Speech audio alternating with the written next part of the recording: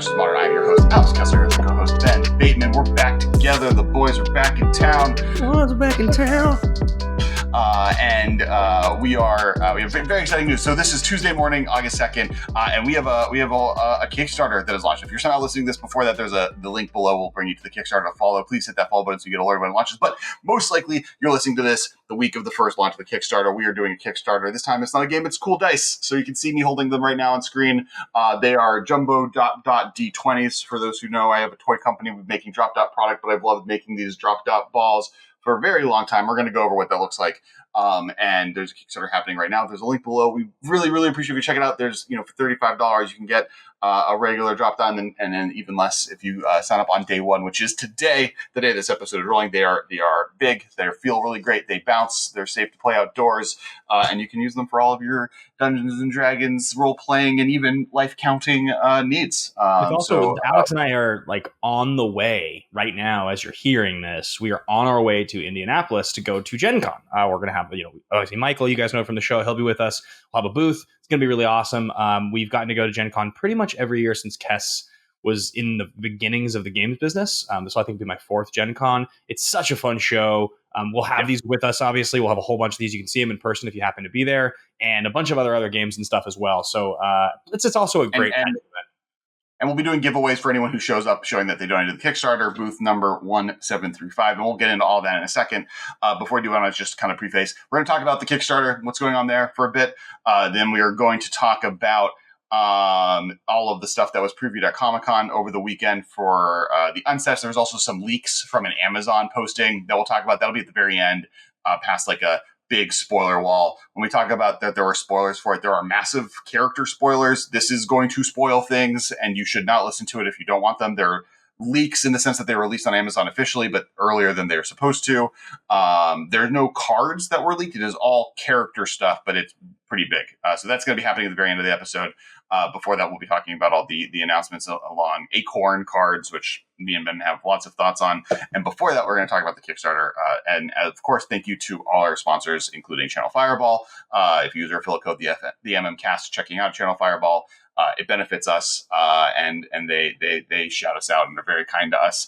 If you also want to check out Alter Sleeves on the Patreon, there will be a thing on for Alter Sleeves as well, and that mentions the Patreon, which does bring this episode to you.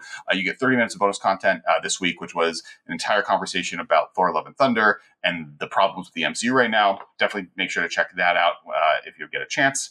Definitely do the Kickstarter first, and as well as Ultra Pro. Thank you for sponsoring the show, Ultra Pro, and making this show happen. And a big congratulations, big shout out and congratulations to the partnership announced in the last 2 weeks since last we did an episode between Channel Fireball and TCG Player, both of whom we've been proud to work with in our careers as content creators. And best of luck with that partnership moving forward. We're excited to still be on board. Absolutely. All right. Kickstarter. So for those who don't know, what is a Kickstarter? Kickstarter is a website. It's kind of like Patreon, which you've heard us mention before on the podcast. It's a website that lets creators or people with cool ideas to work with the community to build up funding sometimes, or just be able to pre-order, pre-sell product in a hype way.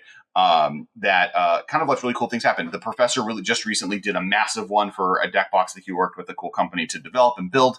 That was extremely successful. Brandon Sanderson Broke, who is a Magic player and creator of Gabriel Kane, the Magic creator, but also writer of a bunch of amazing books, did a Kickstarter that broke every Kickstarter record ever.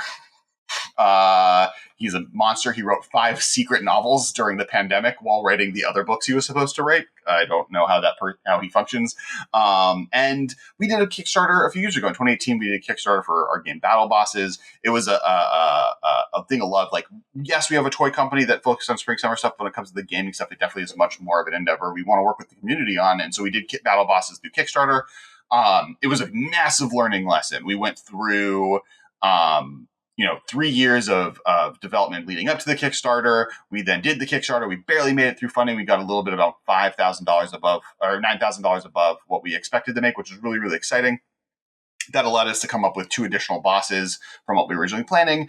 But it was a very complicated project. It took us years to kind of figure out. And then that ran into COVID, which ran into shipping delays, which ran into a factory shutting down mid-production, which then caused other issues. But eventually we came up with Battle Bosses. We finished delivering all of that to our international backers who very thankfully have stuck with us in this last May. And we are now kind of ramping up our next one. And we wanted to do something that we can turn around rapidly.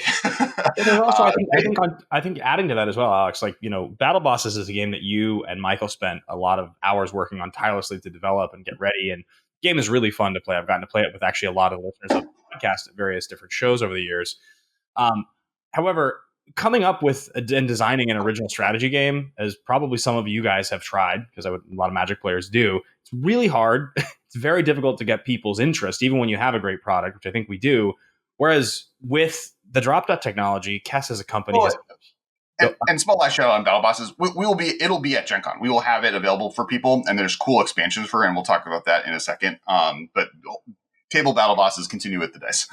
So what I say is we as Kess, I've been with you at this company now for 5.5 years. We've had a lot of success with the drop dot technology. This was technology that you basically patented in certain ways on balls. We've had all different cool versions of balls and products that we've sold. And we put these on D20s as a thing we thought would be cool to have around the office, right? When we did Magic at GP Vegas the year before COVID, we had 4 of these with us that we were rolling off for categories, right? People wanted to buy them because they liked them so much. So this is a pure brainchild of technology that we're completely familiar with and know exactly how to execute. And a D20, which every single listener of this podcast has used at least once in their life. So it's sort of one of those matches made in heaven where if you're going to talk about a product that we would do a Kickstarter for, this is a slam dunk product. It's going to look great. We know exactly how to do it. It's very exciting. It's a lot easier to execute from that point of view than I think a full-on strategy game. If we hit our main stretch goals, we'll be able to turn around this Kickstarter in less than a year, right? If we blow past it, that does add time to it. The more people that donate, the longer that will stretch out. But our main stretch goals after the starting amount, which is $20,000, which is significantly less than with Battle Bosses, we will be able to deliver upon it extremely quickly. That's what we wanted to do. We wanted to kind of an amuse-bouche of a Kickstarter. How long the development time on the last one was, we wanted to come up with something that we can turn around really quickly, and it's really awesome, right? To Ben's point, we made the first ones off of our ball product on these giant D20s. We made them for conventions. We literally made them just as showpieces to put around the booth because we were selling small D6 versions. And at Gen Con, at Gamma, we just had consistently people asking, where can we get these? And every single time we're like, well, it's just a show thing. And then we brought it to Magic Fest Vegas. And I'm going to actually find this person. We brought it to Magic Fest Vegas to do the trivia game, where each of the contestants would roll off these to pick which category they would answer questions for. And people loved them so much that Matt Tabak and Tappy Toglas, not realizing that they were the only 3 in existence. This is the 4th one. This is the 3rd one. Chucked them into the crowd. And I posted a TikTok talking about that we're doing this Kickstarter. And actually, one of the 2 people that caught them during that let's talk about the event, that was me talking on the TikTok, commented. They found my TikTok. So thank you, Grandmaster Son. They have the one thrown into the audience from Vegas. So you have one of 4 of these that will ever exist, which are the clear drop dot versions. But and then we developed it past that. We learned lessons like the clear. You see the numbers on it, but not great. So we realized that you can kind of draw the numbers out. We realized that if you add a second color to the corners, it has this really cool look. And so you get that play experience. And so there's going to be a few things, and we can kind of walk through it. First off, it's launching with 3 colors. That'll be the 3 that you see me holding up here, and we will provide Marshall and Rick with images of them that are better than me holding them, that have cool names alongside of them. And so starting with these 3, it's a black and red one, a green and blue one, and a blue and magenta one. Letting the Rakdos and Simic players jump to the forefront, and then having a nice blue and magenta one on top of that. And then once those goals are hit, so once you get 20,000, you can pick one of these, and there'll be multiple tiers. You can buy a single one for around 35, a 3-pack for the 3-pack price, and or a 6-pack. And then there's going to be add-ons and stuff like that. We'll talk in a second. Then once we hit the next tier, so every $5,000 after that, there'll be another unlock. The first one's going to be a new color. It'll be blue-white. picture here. I don't have a physical one with me for all of the Azorius players out there in the world. Nice. Big shout to my Azorius players. So just for the record, everybody, as Alex runs through the colors here, keep note that of the first 4 announced colors here, 3 of them have blue. 3 of them have blue. 3. You better right. This is black red. Black red. Rakdos.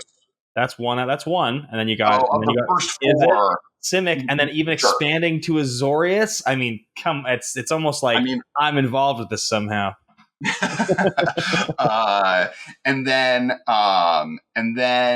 the next thing is actually a spin down. So the next stretch goal after that will allow you to add a spin down die on top of the whatever your order is. So obviously for Magic players, that's a big deal. You can still use them as a life counter, but we're starting with the randomized D20 version, and then a spin down will be an alternate option. Then you unlock 2 new colors is the next tier, and that'll be green, black, and blue, red, the best 2 color combos in Magic. You heard it from me here first. You have Izzet and Golgari. There's a reason that Magic or Modern has been either a blue-red deck or a green-black deck fighting each other since its inception, be it Birthing Pod or Jund or Izzet Phoenix or Splinter Twin. So those will both be kind of that tier. And then the tier after that is we have the ability to do these also, and we only have 3D renders because we don't have the tooling done on it. But our plan is to also do all 6 shapes. The main, a D4, a D6, a D8, a D10, a D12, and then the D20. And at that all jumbo size, all this kind of a 8-inch size, kind of generally around 8 inches size dimensions. And you'll have the option, if you buy the 6-pack, to transfer your 6-pack into the into those sizes. So you can go from all 6 copies of the same D20 to 6 copies, one of each of the different sizes. And that's kind of the point. If you want to help get to that point, it really helps donating at that 6-piece level. So go to doing the 6-pack, and then as soon as it upgrades to the that final stretch goal, you're able to upgrade to the special version. There's also going to be a bunch of exclusive stuff. So day one, there's a discount, a $5 discount for anyone who donates on day one. And we're also working, and I don't have the confirmed answer to this right now. So on day one, keep an eye out, because the plan is to try and have some type of exclusive day one, X amount of the first X people to donate get access to be able to do a glow in the dark drop dot D20. I don't know the exact number on that yet, so make sure to check it out, because it'll say what that's going to be. But it gives you kind of a really cool thing to get if you're part of the day one, and helps us get there to our goal, or just donate to kind of all the different levels. So we're really excited just about what we're trying to accomplish here. It's a really cool product. It's something that we can turn around really well, and it helps us kind of build that Kickstarter community as we develop other games into the future beyond that. Yeah, and I think, as I mentioned, a minute ago, I think what's great about it is it's a product that we've had this product around the office in the prototype version for a few years. So we've played with it. We kind of always come back to it. We bounce it. It's one of these things where it's like, if we had gotten tired of it, or it was a novelty, I think we just probably wouldn't have moved forward. But it's been very popular. We enjoy them. People love them, and they bounce. They've got a foam component inside, so they definitely have some lift to them. Yeah, I just bounced them on my head a little bit while Ben was talking. We were at Origins, me and Michael, and we had because we did the D6s originally. Some of you guys have seen that we've had the D6 version of this available for the last few years. We have them usually at Gen Con, and bins will have them. In fact, if you're there, they're great, kind of more handheld, and we sell them as kind of a favor at the not a party favor, but it's a smaller item. So we had a whole bin of them at Origins, and I was like, Michael, we want to get some Kickstarter signups for this D20, right? And he's like, yeah. And I was like, all right, so we should do this thing where the next person that walks up, we're going to say, if you spin this D20 and you land on the 20, you get a free 6-sider. And he was like, I mean, sure. I don't know if it's going to have anybody sign up. I was like, just watch. And this guy walks up and I was like, spin this. You'll get a free D6 if it lands on 20. He's like, okay. And he spins it, hits a 20 immediately. He's like, great, thank you. Doesn't sign up, walks away. I was like, all right, we're never doing that again. Well, so that's wrong. We're going to do stuff like that at the show. If you back the Kickstarter at Gen Con, we'll let you roll a D20, and we're going to have a little chart of things you can win. Most of them are going to be like promos. So we have special promos for battle bosses. We have like a Fey Empress who is done in more of an anime style by one of the artists on House, Lauren Yu. She's a really talented artist, and she kind of created this really cool version of Fae Empress. So that promo will exist and be being given out for people that participate in stuff at the show. But there'll be other giveaways, including D6s that we'll have for sale there. And you can buy them through the Kickstarter. So D6s, the new version that'll be a special type of foam on the inside, will be on the Kickstarter as an add-on, as will color matching drop dot dragons. So these were kind of limited edition things we did for battle bosses. They're made out of a squishy foam and they have different color characters. Those will be also an add-on available on the Kickstarter. So there's a bunch of really cute stuff that kind of comes along it in that drop dot world. And plus you just help kind of grow, create an item. We've, one of the things is that this is definitely much more of a like gaming community focused thing. It's much more part of kind of the podcast and the Magic world that we're a part of than like the hula hoop spring summer side. And so that's why we're bringing it to Kickstarter, because it is more of a limited edition type of experience than something that you would do at a large retailer that wouldn't want to pick up something like this. And so it's pretty special. We're really excited. Yeah, I think also, Alex, to add to that, I mean, like, you and I periodically will promote things we're working on, whether it's, music, a podcast, a new YouTube channel, whatever. And we only bring up things on the podcast to promote that are ours that we really believe in, that are important to us. And if this was an item that we were creating and it just was part of the regular retail channel, like the hula hoop business, it wouldn't be something we were talking about doing a Kickstarter for. This is a product that we really genuinely like and we care about. And it's a product that we want to be able to make work and exist. And we do need the support of the community to make this work. That is something that we genuinely do need. So we're here talking to you guys about it because it's important to both of us that this gets support. And if you guys like Magic and you support us, it's definitely a cool thing to invest in. I think you'll really enjoy it, and I definitely like the product a lot. So just it's personal to us. So yeah, and check it out. We really appreciate the support. It is a really cool item. It's fun to have, and you're going to see a bunch of posts, hopefully from content creators throughout the week, kind of talking about it. If you have any questions, feel free to reach out to me. I'm available. And if you're at Gen Con, you want to actually go and feel what it looks like and play with it, or try out what I'm about to talk to next, we'll have them physically there. The booth number is 1735. 1735. So we'll be there hanging out, and then also demoing some of kind of the new games we're working on. So we have a partnership with the company that we're working on a Mega Man and Contra game that we just are not doing through Kickstarter. We have the Battle Bosses game that you'll be able to buy bosses there. We're also doing the demo card. We'll have Captain Boat pins is a thing that we'll have. I don't know if Ben knows this. We'll have like actual metal pins of like a cartoon character version of Captain Boat that you can buy, and then we'll also have a season 2 of the neutral camps. So for those who backed the arena tier mode battle bosses, the way that mode works is kind of a League of Legends-esque game where you team up and there are neutral camps, and the only way up to this point to get neutral camps was through buying that arena tier. So but if you have 4 bosses, you can play. So we're releasing basically it's a pack of cards that are all hexagons that allow you to play arena mode. And this will be season 2. So we've taken some of our favorite ones from the first one. We've got a new card type called buildings. Pets aren't included. So these are just things that you fight or buildings for benefit effects. And then we picked one specifically to make the game a little bit faster because we found from a power level perspective, some of the stuff was slowing it down. And it's really fun. It's like a great addition. And now it's available to buy. So we'll have that for the first time at Gen Con as well.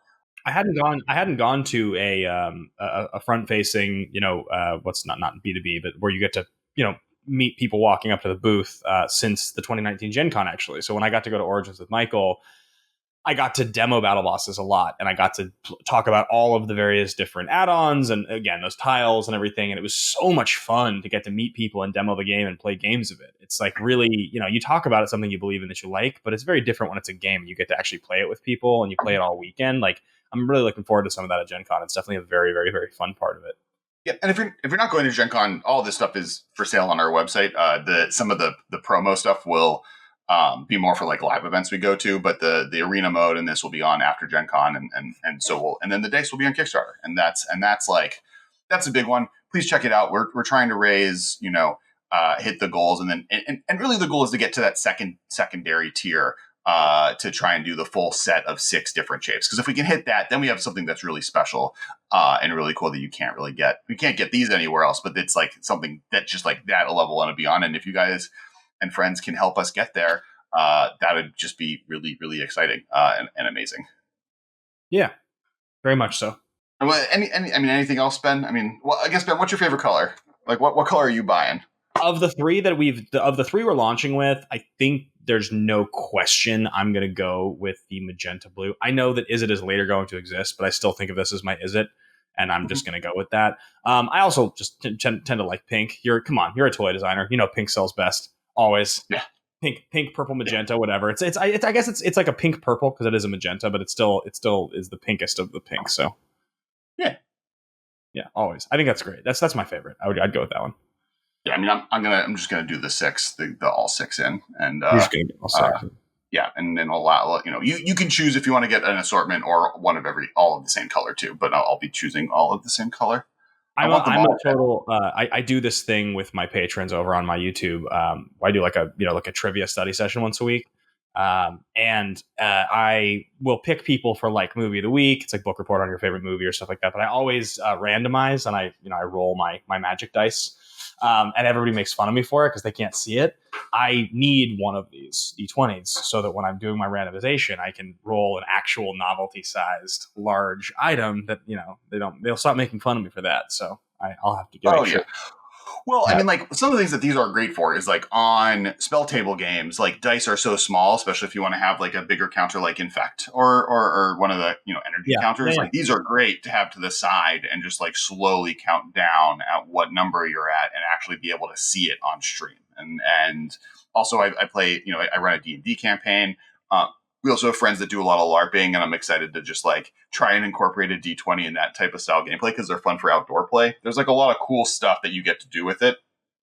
Not to mention, I have a lot of teacher friends. Like if you know a teacher that have been really excited by it because they can use it in a classroom and they can see it visibly, right? Like it's a cool interactive piece, and I guess the last thing is please like send this and or send the Kickstarter to your local game store. Like at a bare minimum, that's really helpful because there is a retailer tier. They're able to buy in at that level, and that takes like no effort, and hopefully they are excited by it because it's a really cool product, and so that's unique. It's unique. I think like look, you and I have been developing and selling retail products for years now, and the thing is, like, anytime you come up with an idea for something that's cool, the question you always have to ask yourself is like, is this already out there?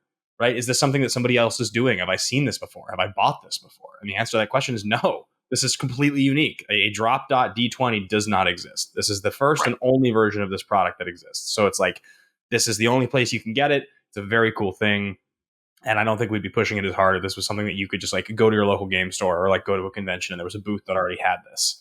Like we're the only place you're going to find this, and it's a cool item. So check it out.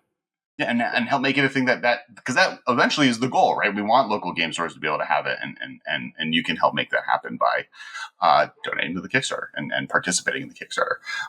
All right, so let's talk Acorn symbols. Okay. So you mentioned acorns. You mentioned is Unfinity is I believe the name of the set in question here. Is the next unset. You go back. This is, I believe, correct me if I'm wrong here, the fourth unset. We had Unglued, we had Unhinged, Unstable, and then this is Unfinity. This is number 4, correct?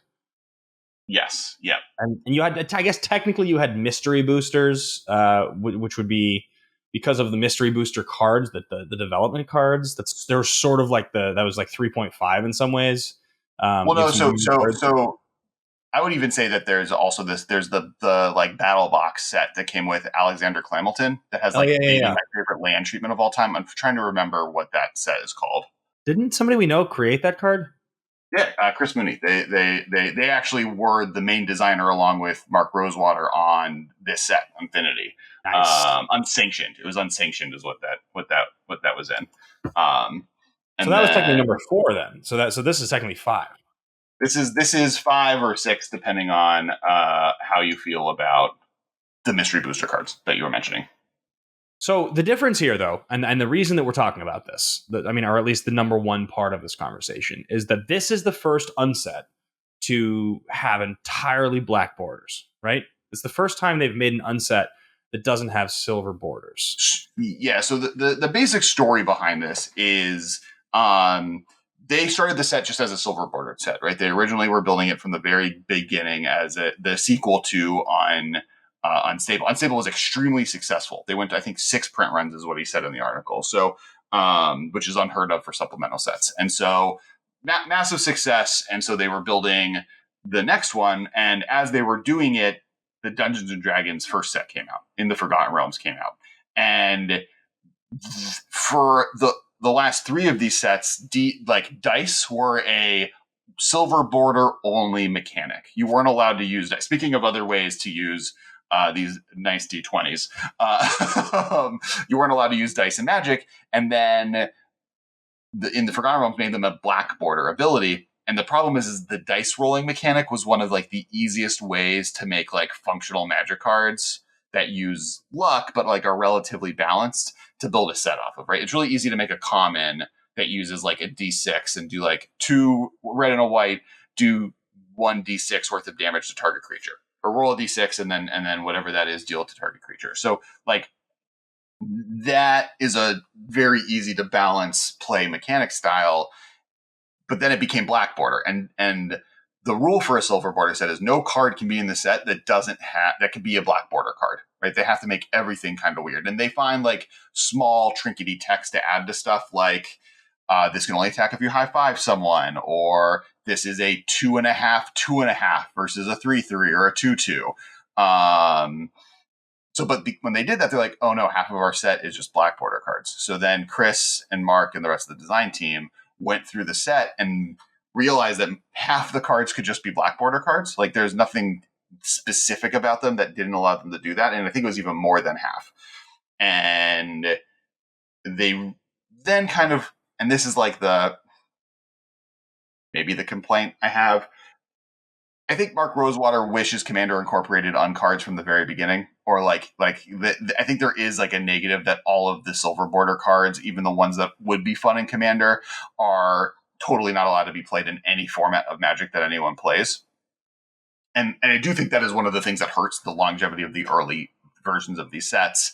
And so they made the decision to change it from silver border to black border. And instead of having cards be designated as a card that is not legal because of the border, they're using the Acorn symbol. And that's on the, like, where the circle oval on rares or mythic rares would be the holographic one. And on the secret layer from other universes cards, it's a triangle. The Walking Dead and the Stranger Things and the Street Fighter cards all have a triangle instead of a circle in that holographic spot.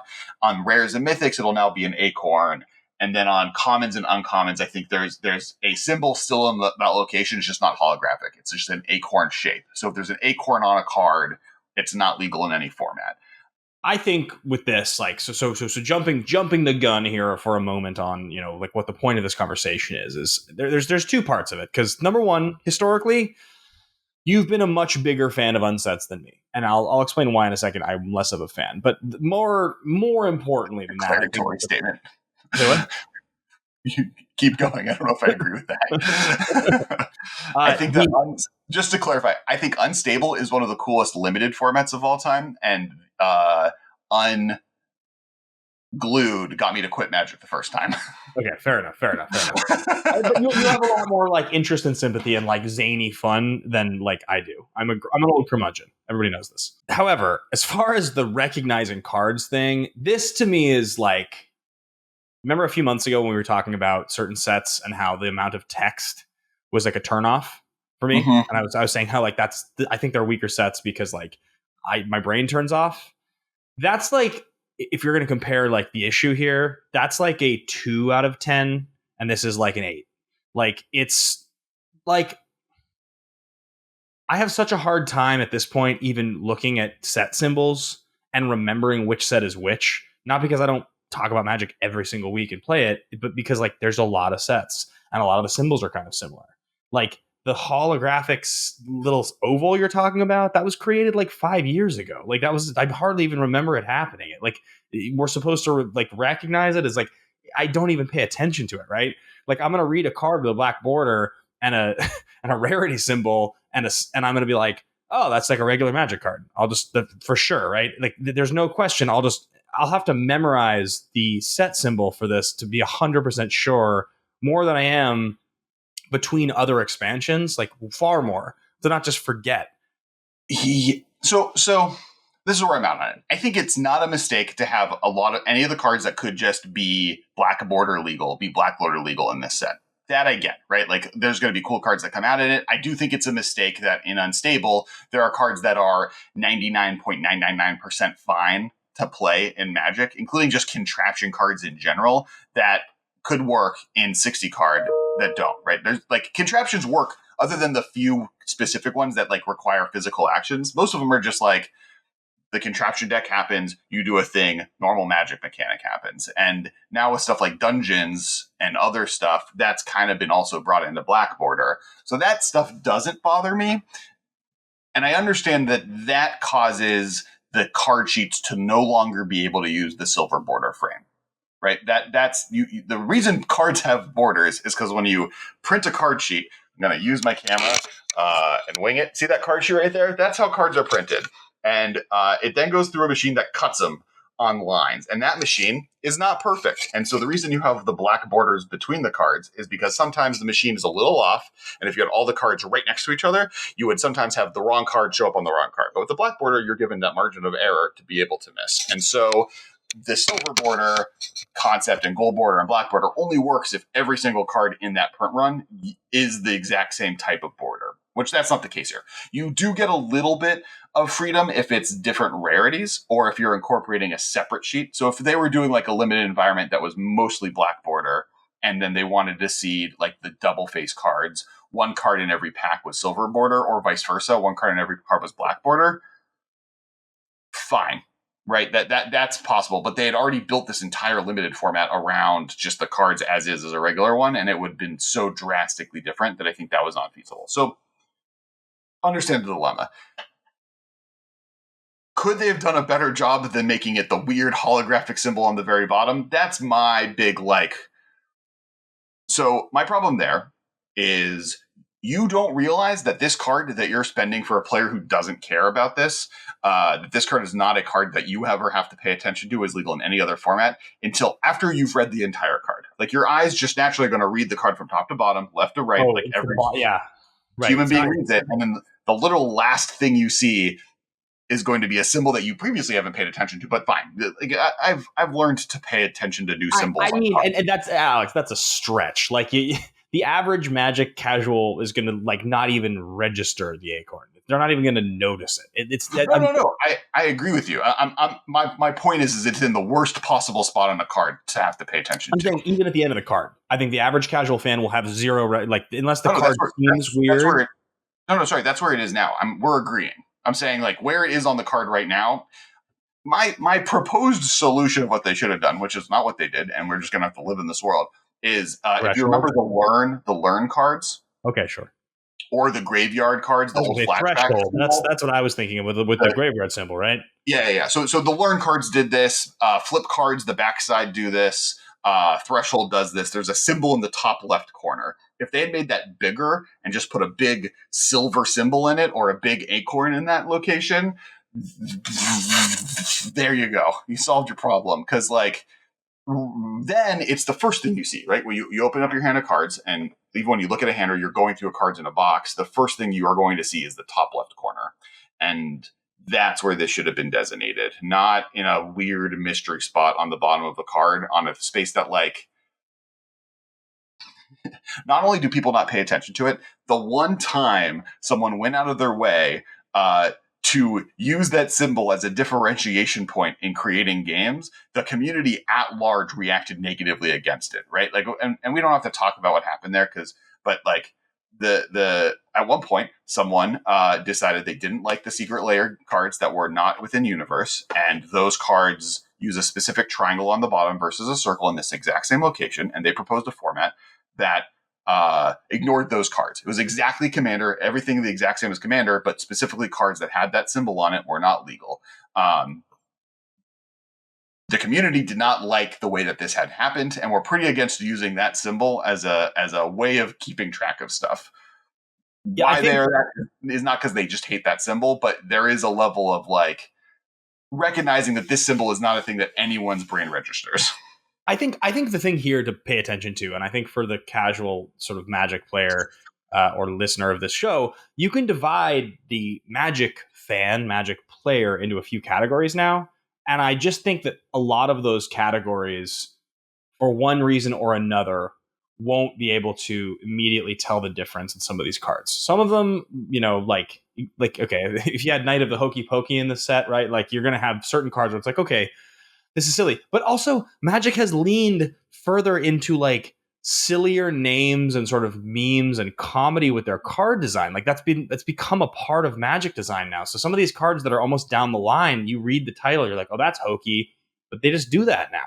That's not like and there's two layers of this that we haven't talked. Now, I want to preface. I think Chris Mooney is an amazing designer. They've done some really good before you do that. I want to finish my point just because I want to talk about the different sort of categories of Magic player. I think you have.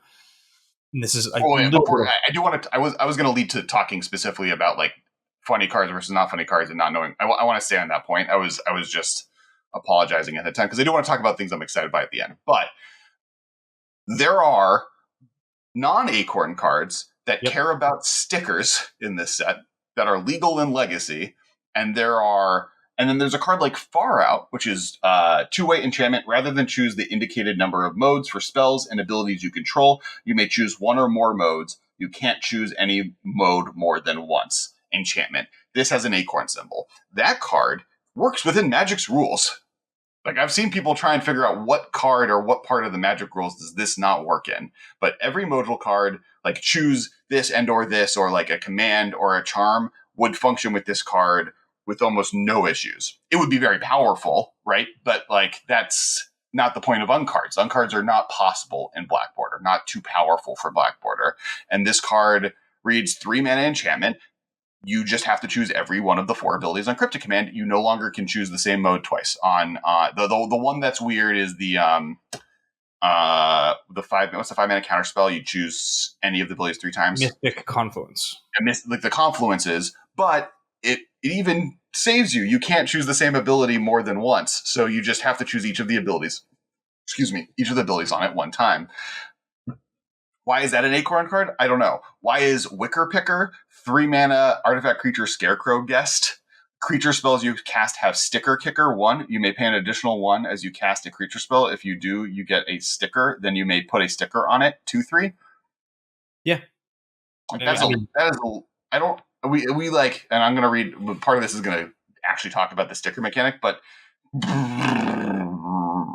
right. Why are stickers legal in Magic? But so my thought is basically like you've got the most casual of all casual Magic fans, right? And again, I don't even realistically know how many of these Magic fans exist anymore because these are the designations from a long time ago. But let's just say that in the 25% of most casual category, you've got the guy who is at Target one day and he buys a few booster packs or 2 like starter decks, commander, whatever, with his friend, husband and wife, whoever. They buy it together and they go home and they read the rules and they learn and they play Magic a few times, right? That's like the most casual.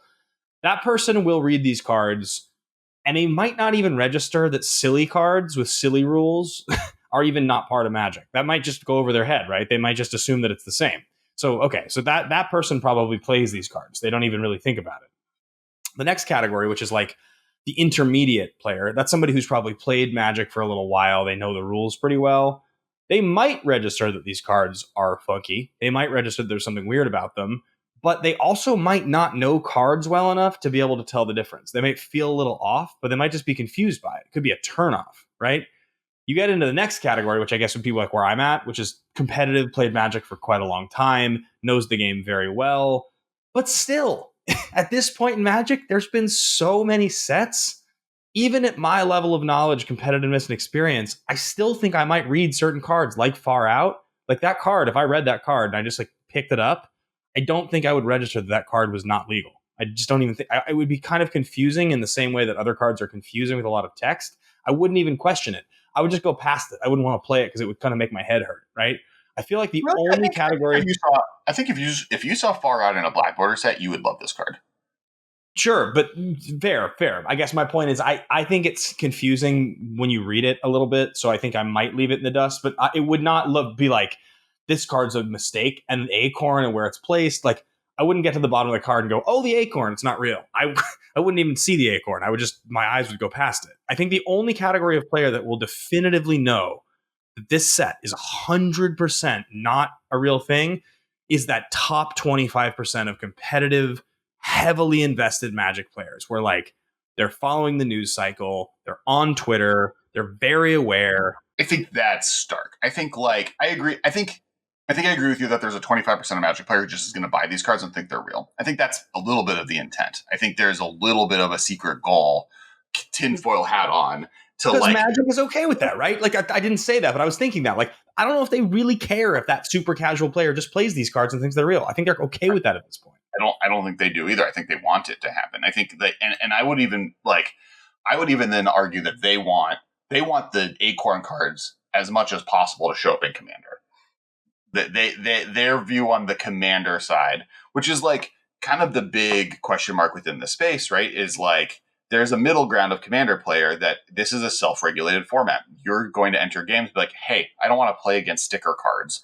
Now you have to because they're black border. They're just straight up legal. But the regular Acorn cards that are a little confusing, you're going to just have them in your deck and you're going to go to a game like, oh, that's actually not legal. And is that those cards aren't going to be too powerful, right? Most of the time, these Acorn cards are going to show up and it's going to be like Angelic Herald. Whenever Angelic Herald enters the battlefield, you put a name sticker on a non-land permanent you own. Each creature you control with 3 or more words on it gets +1/+1. That card's not broken in any way. It's just like an uncommon legend. Are you going to really be like, I'm sorry, you have to take that out of your deck? They're just be like, what? And you're like, well, I guess it's not too powerful. It's fine. So in some ways, I think they want just like that 25% to play. I think 50% of Magic players are going to like know what these are and not want them to be in their games. I think it's that level of anyone who like is competent in the rules of the game is going to know what these do and know that like, oh, if there's a silver border card, that's not legal in Magic. Or silver symbol on the bottom, that's not legal. Or silver acorn on the bottom, that's not legal in Magic.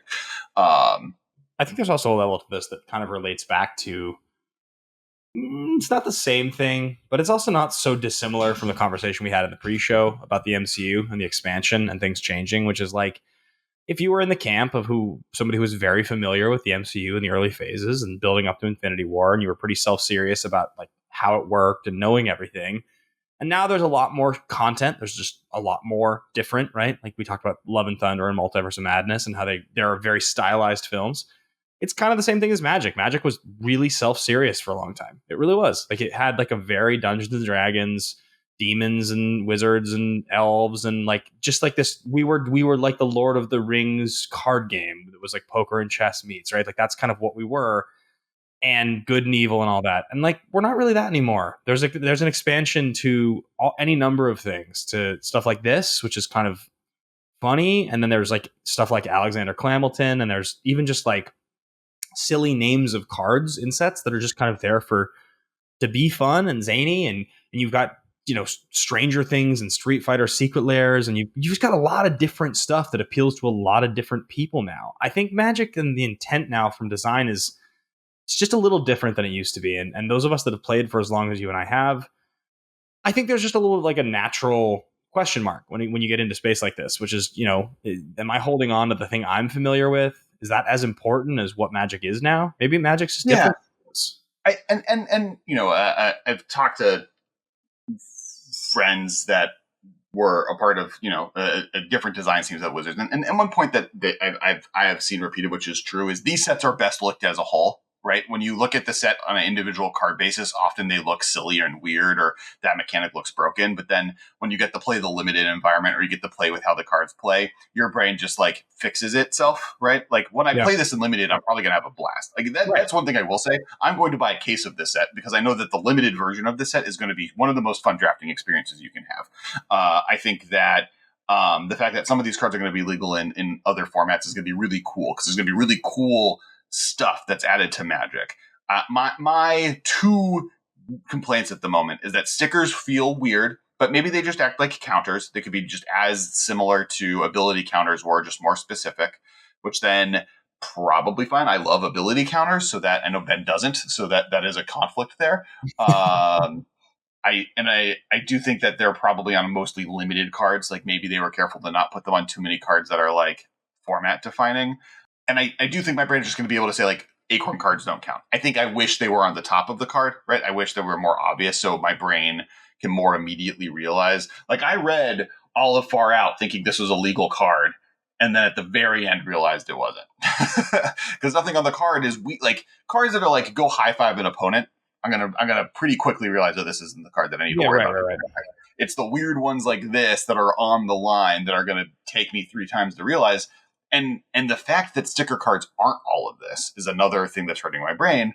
Where like Angelic Herald is an Acorn card, but Wicker Picker isn't an Acorn card. Which the like, yeah. So that's kind of the like.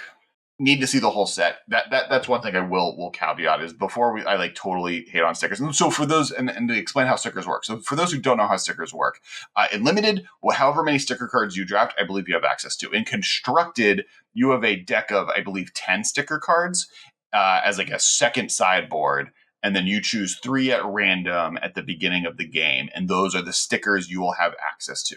And then cards give you sticker tickets that you can use to play sticker effect cards, which maybe that's the point. There's a bunch of ways to get stickers, but there's no ways to use stickers. Like that's the one thing that we haven't seen. I don't think we have a. Oh no, we do. You may put a sticker on a non-land permanent you own. So they're an energy like resource, and you get to put stickers on cards, and those are black border legal. Yeah, it's those stickers are cool. It's like exalted. Exalted is an ability you can give a creature, or shadow, or infect. I've seen, or 7/4 power and toughness, or a 1/5 power and toughness, and they all have different costs associated with them. So everything's black border, but the Acorn cards are not legal, but sticker cards are. Not all sticker cards are. Just a selection of the sticker mechanic can be black border, or can be magic legal, regular format legal, eternal legal. Got it. Okay. I definitely, I would say I find it moderately confusing. So I'll have to get a little more familiar. Well, there's 2 parts of it, right? There's stickers can be black border. That's just true. They're not all black border. Some of them are black border, some of them aren't. For instance, Angel Performer, Angelic Herald is not black border, not because it uses stickers, but because it requires 3 or more words in its name. So if a card has 3 words in its name, it gets a benefit, right? That's why it's an Acorn card, not because it uses sticker cards. These sticker cards themselves have a mechanical function. Basically, some cards give you tickets. You can use tickets to buy stickers. Stickers have a cost of 3, 5, 6, 1, 2, 7, whatever. So that's how the mechanic works. And then you put those stickers, depending on how you get those cards, onto creatures you control or permanents you control, and they add those effects, be it a power and toughness, a name change, an ability, etc. Got it. And they for instance, it gives, if you have a 2/2, you can give this 7/4 sticker to the 2/2 and make it a 7/4, kind of like mutate. And my guess is it's very fun to play. It's just very hard to do what I just did, which is explain it to you. And yeah, that's all. Those are the main things we know. Other than the fact that the lands are just all gorgeous. Have you seen like the basics and the shock lands are all amazing? I have seen them, and they're amazing. Yeah, gorgeous, unbelievable. This is always the case, though, right? This is the biggest. This is at this point. We all know the big selling point of an unset is going to be the lands every time. And that's how they're going to, I would say that that's how they guarantee they're going to sell product to people who don't care, because Unstable was extremely successful because those lands were epically cool. They were so nice. Yeah. Now we go on to Dominaria. So unless you have any other thoughts on Nope. Unstable. Cool. Dominaria. So 2 things happened in Dominaria. They previewed some specific cards. We're going to go over those. They have specific meanings behind them. They also, an Amazon Player's Guide to Planeswalkers, which is like a story breakdown. It's kind of like if you remember those old Star Wars books that have the guide to vehicles. I have one right here. That that like has like every vehicle you Sure. saw. Like the visual dictionary, that whole thing. Yeah, exactly. So it's that for Planeswalkers. It's by Jay and Ellie, who's an awesome follow on Twitter, friend of the podcast, and Magic story aficionado. And we'll talk about one of his big theories that is a part of what this thing is. So that goes for sale later this year. The pre-order for it went up on Amazon, and it just happens to include pages from the book as previews. And 3 of those pages included massive spoilers, like massive character death, storyline spoilers that we will go over in the second half of this thing. We're not there yet. We're going to first talk about the cards that were officially revealed. And a few things. So the lands, Wizards keeps knocking out of the park. We got some amazing stained glass window looking lands that are once again one of the prettiest lands they've come out with. They keep I saw those. Those looked incredible. Yeah, that was like 4 or 5 days ago, right? That was like amazing. Yeah. Another thing is that there's a box topper set of, I believe, 48 legends from the original Legends set that are all like reimagining of the, because if you go and you look through Legends, there's a ton of Legends cards, and almost all of them are stone cold unplayable stats wise. It's like a 4/4 for 12 that has vigilance, or like a 7-drop blue black legend that taps for a single blue mana. And so they've shown 3 of them, but they're reprinted versions of those legends that are more playable by today's standards. So you got Tor. So far we've seen 3: Tor Waki the Younger, 3 black red, Human Archer, Reach, Lifelink, 3/3. If another source you would control deals combat damage to a permanent or player, it deals that much damage +1 to that permanent or player instead. Whenever you cast an instant or sorcery spell, it deals 2 damage to any target. I feel like you're super hyped about this card. The card's real sweet. Yeah, that card's real. One thing that is cool is they're all uncommons. We don't know why. There's 2 theories I've seen. The one is there's going to be rare, mythic rare, common, and uncommon of these rares in the box topper packs you get with your box of which ones. So some of them are going to be more rare than others, which I think is going to be true regardless. My personal favorite, I don't know if this is true, and I'd love for someone in the comments to correct me, is that they are all the same rarity that they were in Legends. Got it. Okay, yeah, because Waki is that's an original Legends card for sure. I think I have that card. All 3 of these are original Legends cards, and all 3 of them I think were uncommons in original Legends because Legends didn't have a rares, so they're like leaning into that cool aesthetic. And so Jasmine Borrell the 7, 3 mana, 2/4, tap to make blue, green, white. Spend this mana only to cast creature spells with no abilities. So like only can cast vanilla creatures, and then creatures you control with no abilities can't be blocked by creatures with abilities. So it makes them all kind of unblockable. And then Ramirez de Pietro Pillager, 2 blue, black, human pirate. When Ramirez de Pietro Pillager enters the battlefield, you lose 2 life, create 2 treasure tokens. Whenever one or more pirates you control deals combat damage to a player, exile the top card of that player's library. You may cast that card for as long as it's remaining. These are all like original cards from Legends that now are getting like really cool reprint cards. That's really fun. Now, the other cool thing in regards to Legends, before getting into some of the cards, is that Wizards found in a warehouse a bunch of Legends boxes, and they are taking cards from those Legends boxes and including them in packs as possible treasures that you can open in individual packs. This is like the old masterpieces that you would get in Zendikar that were never really confirmed. Well, not Zendikar, but in second Zendikar, right? It was no. First Zendikar had beta and alpha, like Black Lotus, like cards in packs for the first time. Confirmed? Has anybody do we know anybody? No. Or that was officially announced, part of the marketing for the set. People have opened real cards from them. Yeah, got it. Okay. And then this is the second one. Now people are joking, like, did you actually find them in a warehouse? As someone who manages a warehouse, that could happen.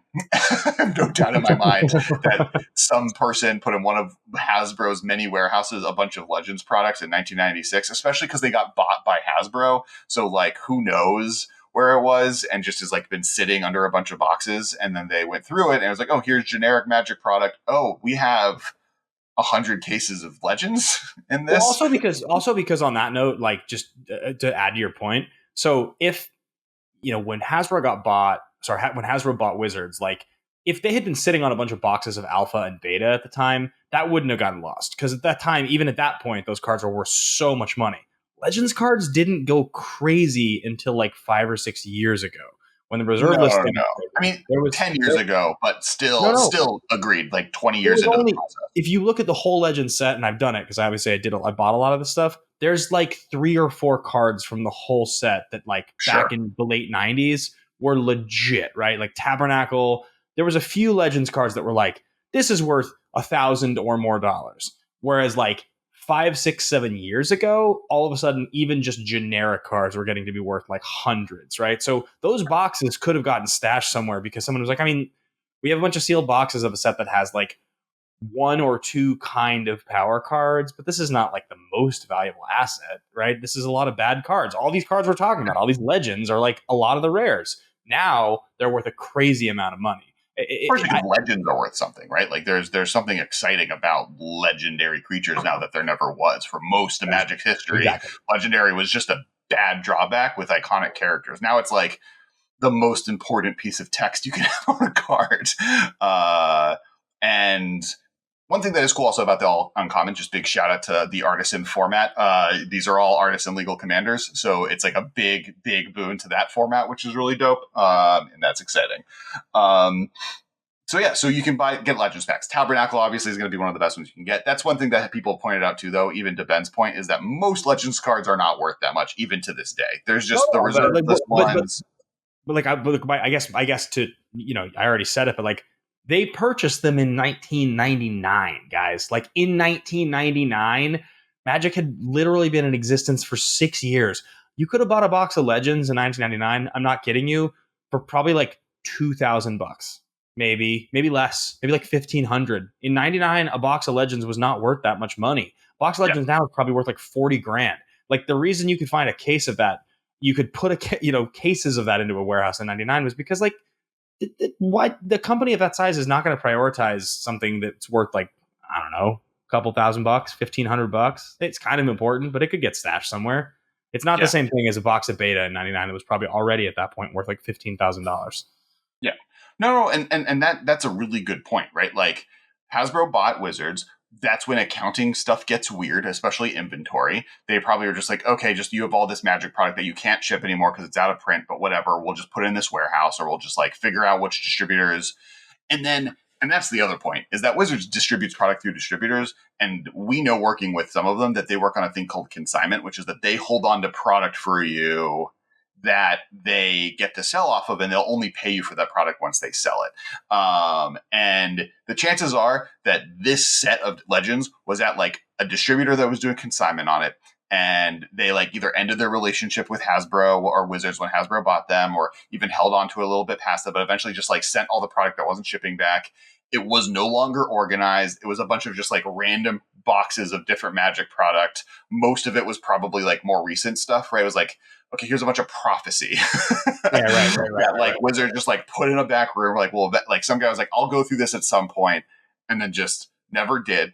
And boxes got piled on top of boxes. And then when they like during COVID, they probably like reorganized where everything was at some point. And they're like, oh, there's a bunch of like really old Magic product. And they're like, I would even bet it this far. I bet like the warehouse guy doesn't even play Magic, but he knows that like Post Malone and Logan Paul were buying all these Pokemon cards, and all these collectibles went from being a thing that no one cared about to being worth hundreds of thousands of dollars. Found a bunch of old boxes and was like, hey boss, I think I found the gold mine, which ended up being true to some extent, but like, before, probably most of it was like Prophecy, but they found Legends on the bottom of it or whatever, and they were able to use it as this big promotion. It's not our theory. that's my for sure running theory. But so that's cool. Legends is going to be in it. And then there was some story reveals. So, I guess one other thing is we got Shivan Devastator was a mythic rare that was previewed, and it's a Dragon Hydra. I've talked about this on TikTok, but I haven't talked about it here. I want the 5 iconic creatures: Dragon, Hydra, Angel, Demon, Sphinx, right? Each color has one. They're their big mythic creature that they try to have them in every set if possible. There's only been 3 black border real cards ever printed with both creature like where they like creatures sharing the types. So there's been a few Demon Dragons, Malfagor, and now the Riveteers one from New Capenna. New Capenna also added Demon Sphinx. And then we have had what's the other one? Demon Dragon, Demon Sphinx, Well, we for sure now the one of the third ones is Shivan Devastator. So Dragon Hydra has been printed, and that's dope. And I'm excited. There is a Angel Dragon, but it's one of the like Wizards of the Coast employee did a really great job. Here's a promo for that team for doing such a good job on this specific product that's not legal in any format, so it kind of hardly counts. So this is the third, and I want a Sphinx Hydra. I want a Hydra Angel. I want to mix and match these. Angel Demons is obviously one that I think a lot of people want. This card's also sweet. It's a Flying Hasting X Red, which I don't think we've ever gotten. Yeah, no, I that doesn't sound familiar to me, and I agree with you that a Dragon Hydra sounds real sweet, real sweet. The next card is Jaya Fury Negotiator. 2 red legendary planeswalker. Jaya, create a 1/1 red monk creature token with prowess. A -1, exile the top 2 cards of your library. Choose one of them. You may play that card this turn. -2, choose 2 target creatures in choose target creature an opponent controls. Whenever you attack this turn, Jaya deals damage equal to the number of attacking creatures to that creature. And then you get an emblem with a -8. Whenever you cast a red instant or sorcery spell, copy it twice. You may choose new targets for that spell. It's quite strong, I think. Yeah, I posted a whole thing on Twitter, but I want to know your thoughts. I think card's really good. The first thing you look at here is this is a 4-mana planeswalker that comes down on 4 loyalty. So good stats to begin with. It has a plus to make a 1/1, so you got a plus to make a 1/1 that protects itself. So again, just right off the bat, we're starting off pretty well. Minus exile the top 2. This is going to be similar to like many of the 4-mana card advantage walkers, where the best ability is that ability. So I feel like there was a Narset that was like this. There might have been a Dovin that was like this. The good Chandra, the 4-mana one, was similar to this. The 2 good 4-mana Chandras, right? The 4-mana, the first one, and then the 4 ability one both have the exile card. This is not a 0; it's a minus, but it does get 2 cards, which is better. Very strong. Choose target creature opponent controls. Whenever you attack this turn, deals damage equal to the number of attacking creatures. That's a pretty weak ability, but it's okay. It's all right. Like it's going to be some kind of removal, and you can make a 1/1 and then like attack and deal 1 at least. And then obviously the emblem, I mean, you never pay attention to the ultimate on any planeswalker. They're basically irrelevant. But I think the top 2 abilities here are really strong. The fact that they're +1 and -1, I think those are both very, very, very good. It reminds me of like if Elsbeth and the first Chandra had a child together, right? Yeah. You have a plus ability that is very comparable to the original Elsbeth, making a 1/1 every turn. And kind of the prowess kind of does a little bit of Elsbeth's second ability as you can pump it. And then the second ability lets you pump it because it lets you draw for cards, and then also is a card advantage engine that's really powerful. So I think that's pretty cool. The last card is Evolved Sleeper. And I also need to mention Shivan Devastator's text. Evolved Sleeper confirms that the Phyrexians are on Dominaria. It's 1 black for a human, 1/1. You can pay a black. Evolved Sleeper becomes a human cleric with base power, toughness 2/2. You can pay 2 then if it becomes it gets a death touch counter and becomes a Phyrexian human cleric with base power 3/3. And then if it's a Phyrexian, you may pay 3 and put a +1/+1 counter at making a 4/4, and then you draw a card and lose a life. So it's interesting because it's like it's a black version of your Figure of Destiny, your Student of Warfare, that card. More recently the green one. The nice one is that it's at all the level up cards, right? The nice thing about this though is that it's at instant speed. So level up classically is sorcery speed. And this one you can do Figure of Destiny was at instant speed, and that was the good one.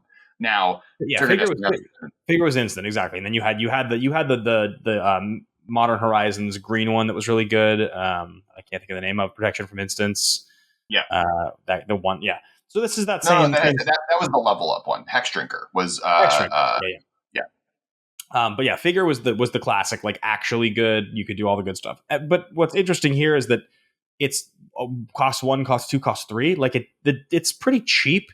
Its top end is not that top, but it does seem like a good card. It's so funny how, because 2 power for 1 mana is so common now, that first ability is just almost just like a throwaway, right? Like the first ability is almost just like, okay, like this could have just been a 2/1. Like it almost like doesn't matter. Like paying a mana on turn 2 to attack for 2, I know is what the point there is. It's you have the optionality if you don't have anything else on turn 2 to just like swing for 2. But even so, I still think like that's fairly interesting. I don't know that a 3/3 Death Touch for 3 mana between those 2 phases is actually good enough. Like my feeling. Yeah, my feeling on this card is that it's basically a mana behind, is what this card feels like. It feels like this needed to be a 1 mana 2/1 to begin with, or needed to cost. Yeah, it just feels a little underpowered. That's all. I think this will be a standard player, like a 1 mana black 2/2 is going to see play in standard and has pretty much most times, especially if it has other relevant abilities, and this has pretty relevant abilities. So this and then Shiv and Devastator's flavor text is there were many reasons why Shiv was not high on Shieldred's list of places to conquer. Big fiery reasons. So Shieldred is still alive. I'm going to give a big I told you so to everyone. I'm expecting Shieldred to be in this set. Phyrexians are invading. That's all happening on Dominaria. And are you excited about that? Is that something you expect? I know story doesn't matter you to that much, but I feel like there's a little bit of the overarching stories that you like. Is that something that's hitting you? There's some parts of story that appeal to me more than others. The Phyrexian stuff is one of my favorites. I have an affection for it. I like it. It involves parts of story that I find really interesting. I also think like this card is hilarious because like when you talk about power creep, this isn't even that good of a card. Like it's a pretty good card. You were just talking about it a second ago, but thinking about it compared to like the classic Hydra. Like the classic like Hydra, which was just like 1X. That was the card. It comes into play with X plus 1 counters. This is 1X with flying and haste in the counters, and it's like not even that good. It's just a totally okay card. I think flying and haste on this ability is pretty good, though. Like I think that once again, I don't think this is modern playable. Let me back that up. I don't think this is a modern staple. I think there's corner cases though, like. Flying haste, so for 3 mana you get a 2/2 haste, for 4 mana you get a 3/3 haste. As soon as you get above that, you start getting really powerful, and it's fine to cast it at those lower power levels in aggressive decks. Yeah. Like as a one of in a red deck that is trying to be aggressive, like this is just going to be good almost always. And you normally have enough stuff to be doing on turn 1 and 2 that you wouldn't cast it there anyways. Also the fact that like in decks, like the place that I'm like thinking in my head is partially like Vengevine decks too. Where like you can cast this for 1, it'll die, and then Vengevine gets back, or you can draw it later and cast it for whatever you need to scale up and get a big hasty threat in the play, which like Vengevine decks kind of also want. So I kind of don't hate it in that type of format. I feel like they continue to develop cards that are like we get more and more and more support for Dragon Tribal every year. To the point that eventually it's going to be a beast. Eventually it's going to be really, really quite good. I mean, like, even like Sark and Fireblood that it was like a 4 of in a GP winning deck a few years back. Like, that's a Planeswalker that's fine, but it like has a plus to add to your mana pool to cast any dragon. And like that with this card is really good.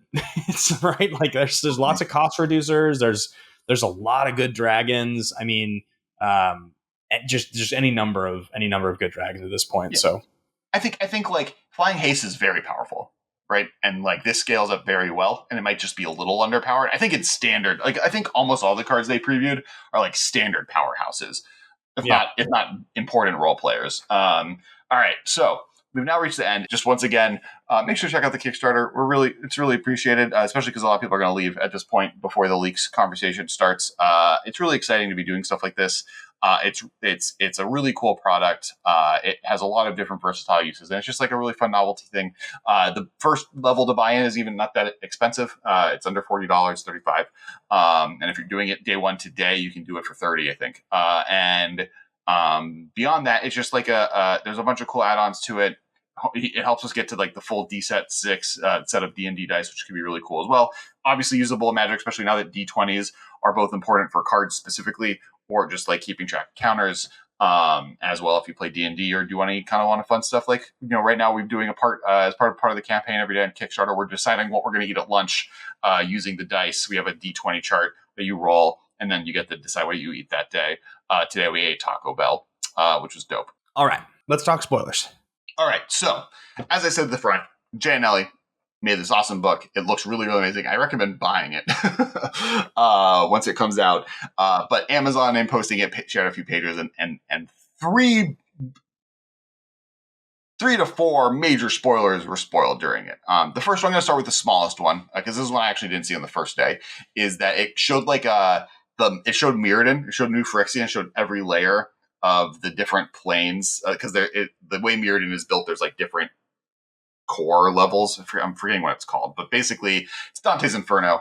And they showed the bottom one, which is like their big weapon that they're using to reach into other dimensions. And it's it's a Phyrexianized version of the World Tree from Kaldheim. Okay. So that's a small one. That's not a big spoiler, but that was in it. But if you're unaware of, story-ish, you're still having to connect dots there to know. It's because you have to pay attention to the image. And the next thing are major things. The next one, and this is a little bit of a deep cut. So during Magic Origins, we saw Liliana's backstory, right? And one of those things is that this character called the Raven Man, which was like almost like an illusionary ghost character, showed her how to save her brother using medicine. And when she used it, she turned her brother into a Lich Lord. And that horror and what she did turned her into a necromancer, is why she planeswalked to Innistrad the first time. That Raven Man has kind of been seated as like one of the next big villains in the Magic story, especially as we've defeated the Eldrazi, we've defeated Nilka Bolas. We're now about to go to war with the Phyrexians. There's like, you've got to look for those other villains that are available in the future. There's been a long running theory by Jay Anelli that character was Limdul. And there's like a bunch of different evidence from that story. And for those who don't know, Limdul is like an old school Magic card Limdul character. Vault. Yeah, exactly. Yeah, he has a card, I think, in Time Spiral as well. Limdul's Vault is his most famous card. Confirmed. So the way that this has been confirmed, as this theory has been confirmed as true, is in this leak. So we now know that Limdul is going to be a major character as the Raven Man in this Dominaria set, and that they are the one and the same. The next one is that a Johnny Goldmane has been turned into a Phyrexian. What? Obi-Wan Kenobi is more machine now than man. Really? Yep. So in Chandra's text, it talks a little bit about what her backstory is, and the last paragraph is Johnny Goldmane is a Phyrexian, and that's one of the terrible things that's happened to her during the Dominaria set. So the plot of this set is going to lead to him becoming the next. So Tamio is the first one. He's going to be the next Phyrexianized character. All right. So here's my question for you. So in Magic, if one of the characters was going to be like a Johnny Goldmane, he's more machine now than man, twisted and evil. Who would say that about a Johnny? Okay, Teferi. Teferi? Right? All right, that's sweet. Yeah. If I were to imagine a character that sounds like Owen McGregor, that's not a Johnny, it's Teferi.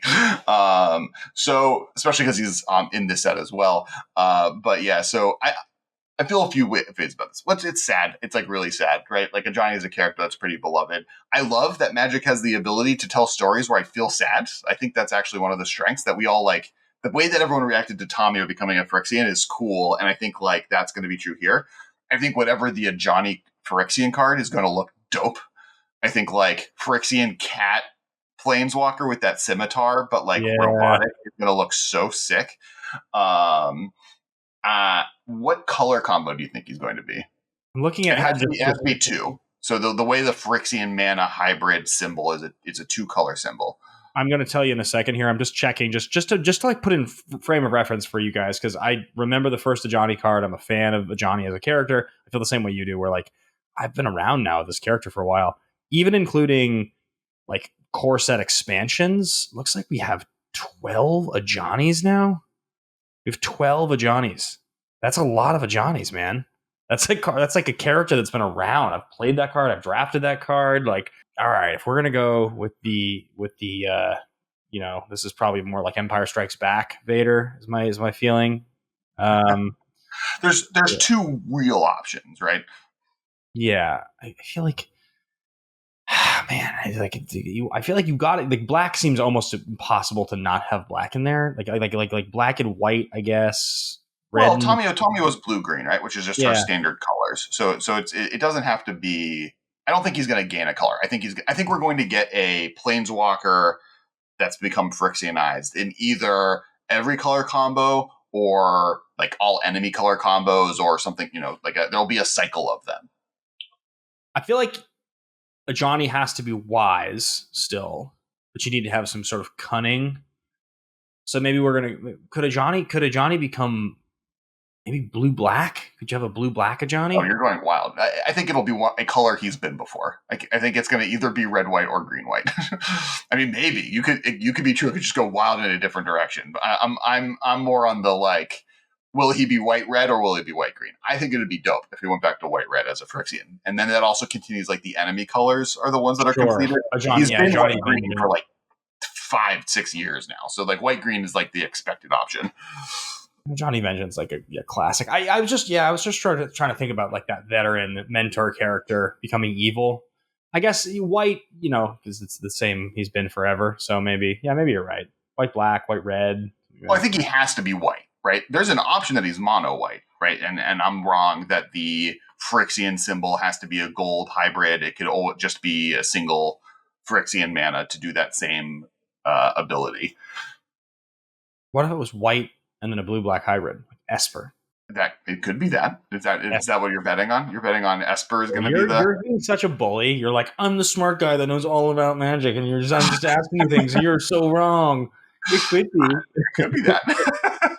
For the record, guys, if Ajani comes out and Ajani has some blue-black going on, I'm going to dunk on Alex on Twitter that day. Oh, yeah. If Ajani is not either white-red or white-green, I give you full permission to dunk on me. You're such a bully.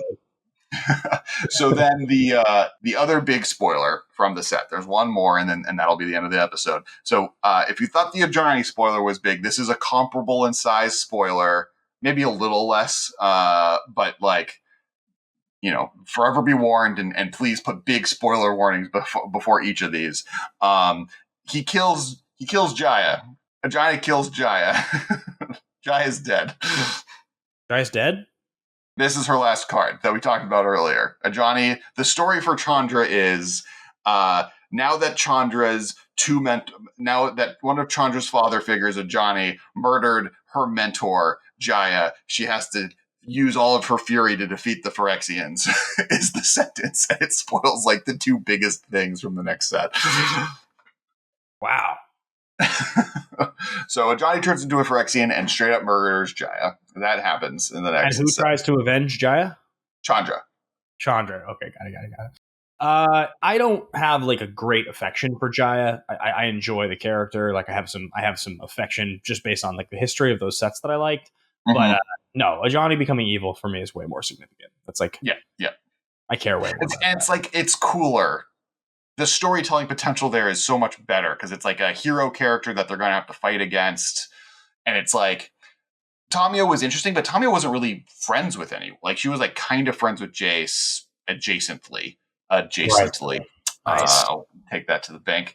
But like Jaya, like not Jaya, like Ajani is like the mentor of multiple main characters. We're going to see Elsbeth fight against Ajani, which is a big deal because Ajani is Elsbeth's direct mentor. How big of a bad do you think Ajani can be? Like if you're going to compare Ajani to like, let's say Bolus, like if you were going to say like size of baddie, like do you think like nowhere near as bad? I think he's like he'll be a minion of the Phyrexians, right? Like okay. I don't think he's going to be the leader of them. And if you're asking who I'd rather fight, I think I'd rather fight Ajani than Nicol Bolas. Like if I'm fist fighting them. I mean, I feel like if you like try to fist fight Ajani, your arm gets ripped off probably. But if you try to like fist fight Bolas, you just get like evaporated. It's kind of how I feel.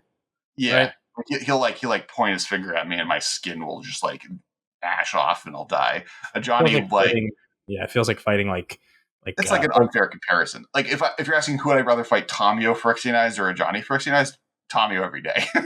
Yeah. Honestly, I'd rather fight some of the Praetors probably than Ajani Phyrexianized.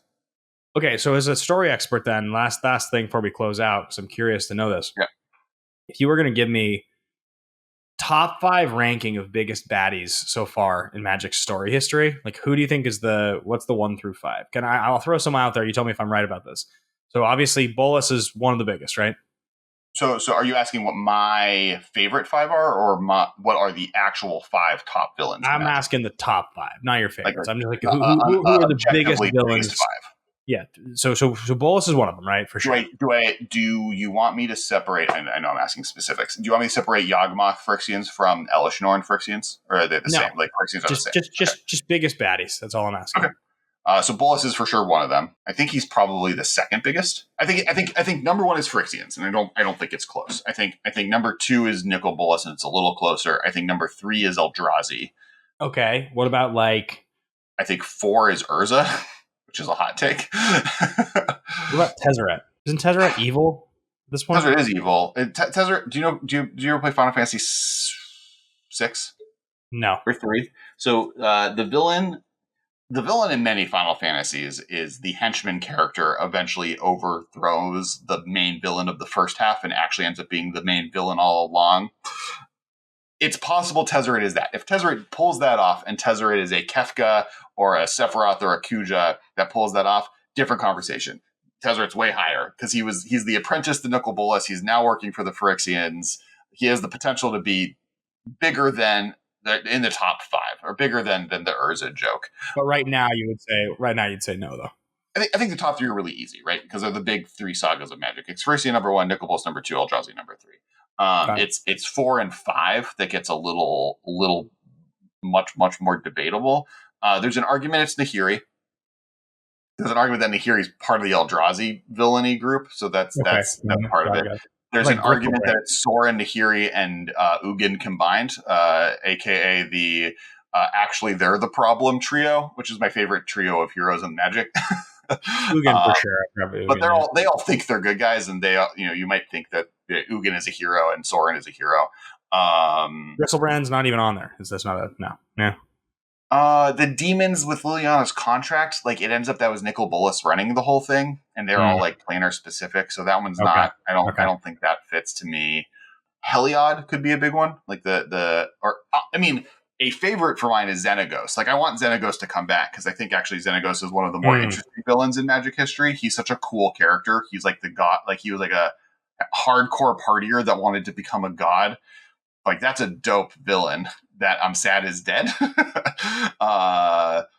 fact, I'm going to tweet after we record this episode that if we ever go back to Theros, one of my big asks is that we get him back along with the Titans. I think long-term Oko will be. Like if I'm going to pick if I'm predicting the future, I think Nahiri and Oko are both set up to be the 2 of the next big bads in Magic, specifically, right? Because like Oko is an interplanar threat and was set up to be so, and the fact that Oko was like such a big deal in multiple formats is going to get him carry forward. I think that Nahiri is also a big villain, right? She caused Emrakul, and so I think that's another one. It's hard. Those last 2 are definitely much more debatable. All right, interesting. Lindul is up there, right? Like Lindul / the Raven Man is set up to be one of the major villains of Magic moving forward because he like can follow Liliana from plane to plane as a ghost. So let us know in the comments, guys, if you agree or disagree. I don't know that much about this, man. I obviously know names on cards. I've got plenty of memories and experiences with a lot of these characters. But if you have a good answer to that card that you think, or that question that you think is different than Alex's, then leave it in the comments below. Yeah. I think that is going to wrap up. Don't comment. One thing I'll say is in the comments below, don't comment any of the spoilers. Yes. Do not spoil the comments. What the 5 villains are, totally fine. But none of the things I mentioned, let commenters not be spoiled. All right. Ben, you were going to sign us off. I think that's going to wrap it up, guys. Thank you so much for listening. Thank you so much for watching. By the time you're hearing this episode, I will have wrapped up my Seattle show. That means there is only 3 shows on the road left before LA and the record release, which is going to be August. The record release is in October, but the last 3 shows that I've got left are going to be San Francisco, Chicago, and New York. So check those out, benbatemantour.com. Thanks for listening to my stuff. And of course, check out the Kickstarter. As you can see, Alex is holding up the D20s. Thank you for being here for the launch of this. If you're at Gen Con, come say hi, booth 1735. And what is the actual address of the Kickstarter that folks can go to check this out, Alex, if they want to give us a shot? There'll be a link in below. There's a Kickstarter link in the description. If you go to Kickstarter and look D20, or if you just look at my Twitter right now, you'll see me posting about it a lot. And I'll post as many links as possible. And that I think it's probably drop.d20s, but I don't want to say Kickstarter.com/ anything. Just find me on Twitter. Find me there. It's all I'm going to be posting about for the next month. And love to hear. And please check it out. It means a lot to me, and I really appreciate it. Thank you so much, everybody. Bye, guys. This has been a production of Time Traveler Media, sending podcasts into the future.